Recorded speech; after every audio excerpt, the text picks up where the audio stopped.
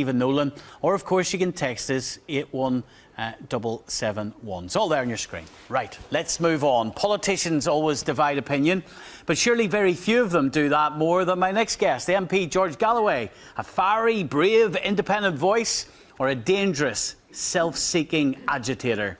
Take your pick. Ladies and gentlemen, please welcome George Galloway. Hello there. Good to see you. Right, so you were booked to come on the show quite a while ago, but what a night, I guess, coincidentally, for you to be on. Indeed. What's your reaction to what our First Minister in Northern Ireland has said in terms of his support for Pastor McConnell? Well, I felt like I was on the set of Mississippi Burning. I felt like Gene Hackman in the barber shop.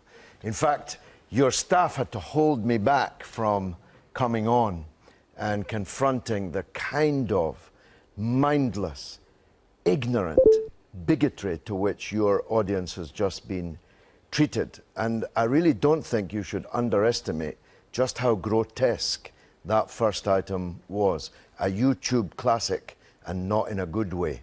This will travel. He has the support of our First Minister. Well, that is the point. You see. Now, the DUP have, just 1 second, the DUP have been in touch with us tonight to say that under no circumstances has the First Minister said that he does not trust all Muslims. And the DUP want to make that very clear. They just haven't taken the opportunity to come in here and make it clear there was an open seat for them. Where on earth are they?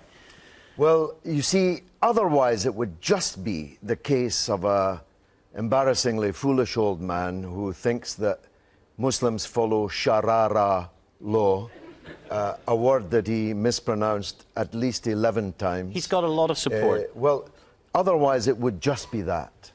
It's the fact that powerful people here in this government worship in his ministry every Sunday, and that the First Minister, no less. And I heard the car crash interview Peter Robinson gave today. To the Irish News. He gave that interview to the Irish News. There is no point in now saying that in no circumstances does he not trust Muslims. I heard him say 3 times a magic number. No, he spelled out circumstances in which he would not trust Muslims. He would, for example, trust a Muslim to go to the shop for him. Yes, quite. He would work around the house, Muslims to go to do other everyday tasks for him. Yes, that was very kind of him. But the offence that will have He didn't say everyday tasks for him. He said everyday tasks. Everyday life. I mean, you said it was on Channel 4 News tonight. It's on Al Jazeera News. This is travelling like wildfire across the Muslim world, that the First Minister of this place endorsed that man who said, and you were shy. He defended him. He didn't endorse everything he said. He defended him. Well, he defended him so resolutely that you cannot now slip sixpence between that pastor and Peter Robinson. That's how it will be seen in the world. So best not go looking for any investment from the Islamic world anytime soon. Best not go looking for any tourists who don't want to visit the set of Mississippi Burning anytime soon. This is madness. This shows this place as a 400-year-old throwback.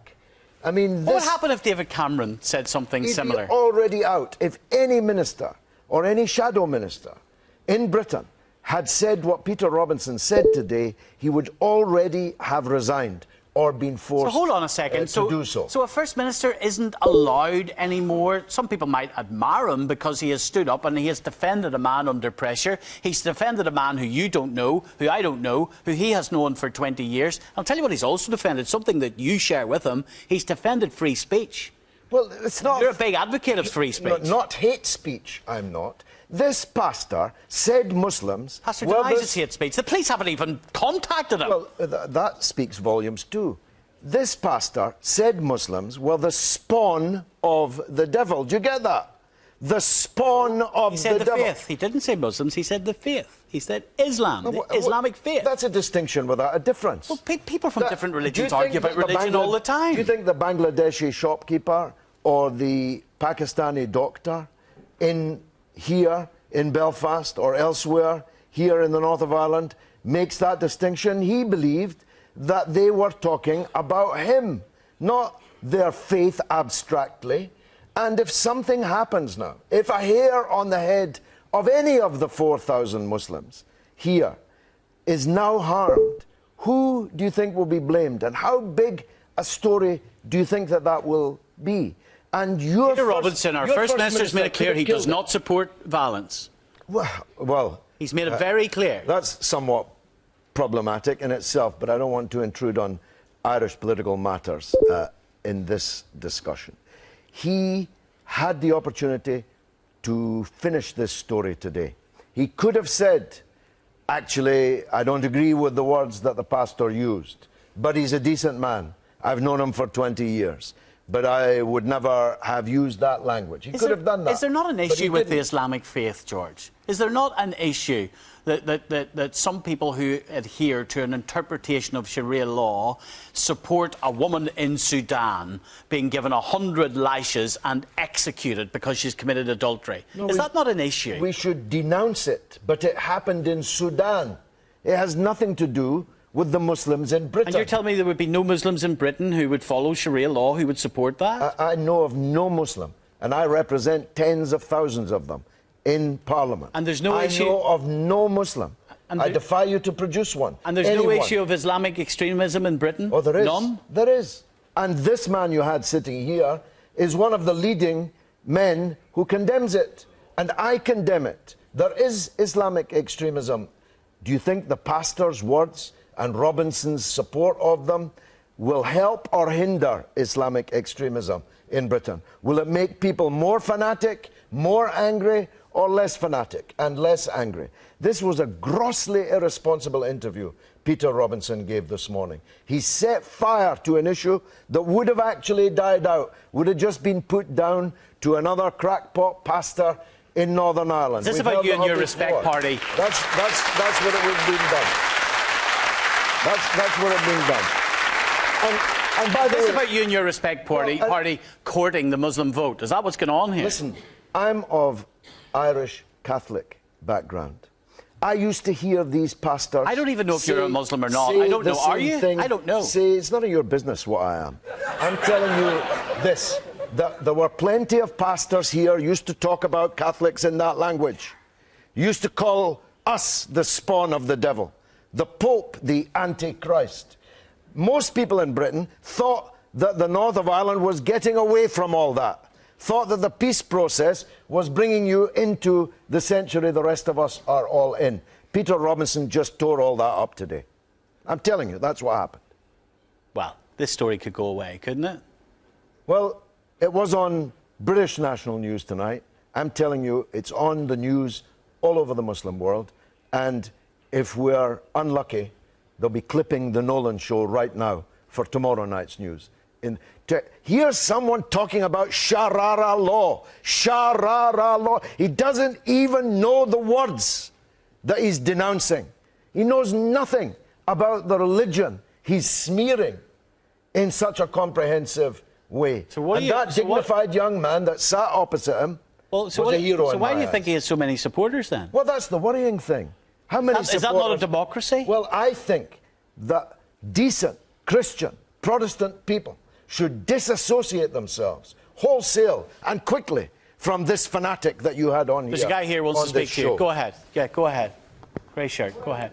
Where do we get a mic to you? I'm going to mic to you. Wait there. What I'd like to say to George is this: you're scaremongering. Okay? The man was in his own church, in his own assembly, for 40 years teaching people, raising them up for protection for their own family, to raise up family in a right order, to respect every person. That's why he's respected in his church. The media came in and listened to what he was saying on the platform. Then they manipulated it and brought him out into the world and turned around and told him he was telling people he didn't trust them.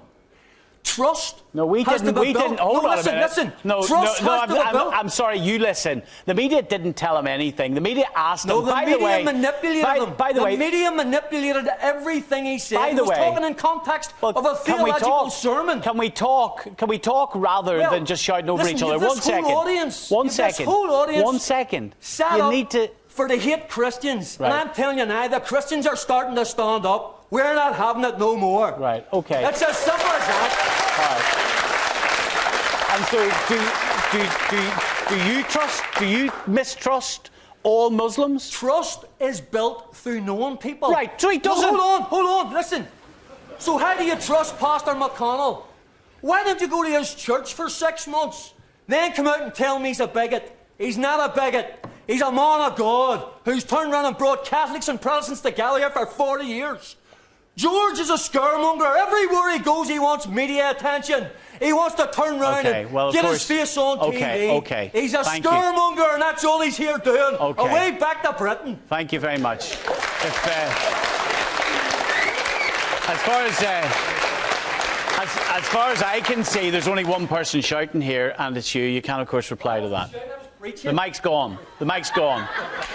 Well, go ahead. There was a rather disturbing number of people who found that contribution worth applauding. As they're entitled to do. Indeed, but it's still disturbing. If it's not disturbing to you, it's certainly disturbing to me. The media did nothing in this story. He wasn't just speaking in his church. His sermons are online to the world. Yes, George. And his words were not manipulated. Who are you going to believe, me or the evidence of your own eyes? Your own eyes. Your own eyes. Hold on, the mic. Look, we can't hear you. We can't hear you. Right, you need to let George finish. You need to let George finish. Thank you. Go ahead, George. Keep going. Go ahead, George. Who are you going to believe, me or the evidence of your own eyes and your own ears? You saw and heard what he said. He praised Enoch Powell. He said that Powell had been right. He said that Islam was the spawn of the devil. He said that he didn't trust Muslims. He didn't say he didn't trust Islam. He didn't trust Muslims. He said there were some say there are some good Muslims in this country. Okay. Maybe so, but I don't trust them. There's a young lady here, white shirt, go ahead. Oh, hello. I was just going to response to that gentleman's response there. He says it was taken out of context, Pastor McConnell's views, but we literally just seen him in context in front of the whole nation saying, yes, he does not trust Muslims, so it is in context. And let's come back to the issue. What do you say to, some politicians are pretty mealy-mouthed. Some politicians, Peter Robinson made the point today, all of a sudden it's all right to mistrust all politicians. How come that's not similar? I believe freedom of speech, it is an absolute given right. Well, that's what Peter Robinson standing up for, is it not? We have, the problem with Peter Robinson is that he speaks of authority, and he needs to have, responsibility in what he says. He has a very, very public profile and a platform, and he needs to take responsibility. And if he has those views, that's his prerogative. And last word to you, George. What do you think needs to happen now? Does there need to be clarity from the First and Deputy First Minister? Do you think it's on that scale?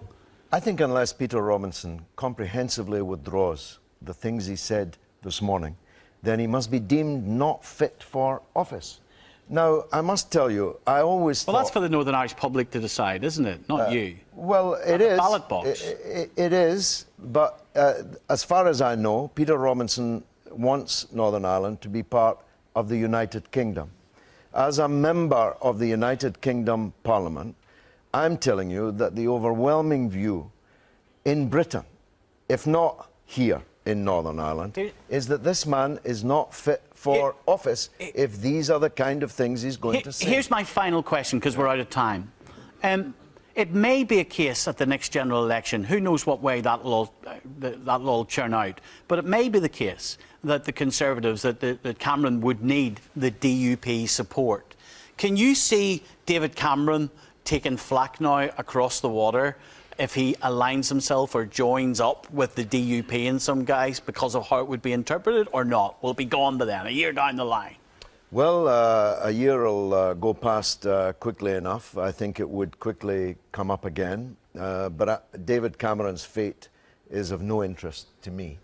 But the fate of the people here is of great and familial and historic interest to me. And I just feel very sad. as Okay. most people will, to hear the kind of things we've heard tonight and to hear the applause that Mr. Bigot there got. Well, hold on a minute. Well, hold on a minute. Wow. OK, we're out of time. Ladies and gentlemen, please thank our guest tonight, George Galloway. George, thank you. And off he goes. He's gone already. Now, roll up. Duffy Circus is in Belfast this week, but there is criticism surrounding the company's CEO.